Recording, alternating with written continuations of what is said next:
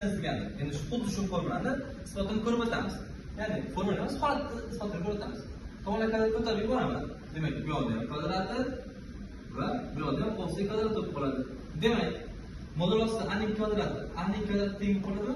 Qo'shilgan 2 modulosda a ko'paytirilgan modulosda b qo'shilgan modulosda b ning kvadrati bu b ning kvadratiga teng bo'lib qoladi. Ya'ni modul tashlashlik bo'ladi. Barobar bu yoq modul qayerda?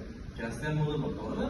Demak, kvadrat bilan modul qisqartib ketsa, a kvadrat qo'shilgan 2ab qo'shilgan b kvadrat shaklida yozishimiz mumkin. Xo'p, a kvadratdan qisqarib ketdi, b kvadratdan qisqarib ketdi. Barobar bu yoqda 2 modulosda a ko'paytirilgan modulosda b barobar 2ab holati qoldi. Ikkilardan qisqartirib yuborsam, modulosda a ko'paytirilgan modulosda b barobar a b ga teng bo'lib qoldi. Eslarda bo'lsa, modulosda fx barobar fx holati kelib qolsa, biz fx ni 0 dan kattaga teng shaklda ishlardik. Yoki-da modulosda fx barobar minus fx holati kelib qoladigan bo'lsa, biz fx ni 0 dan kichik yoki teng qilib ishlardik. Xuddi shu holatga mos ravishda, demak, modulosda fx dan fx chiqdi deb qaraymiz va a ko'paytirilgan 1 kattaga teng 0 qilib ishlaymiz.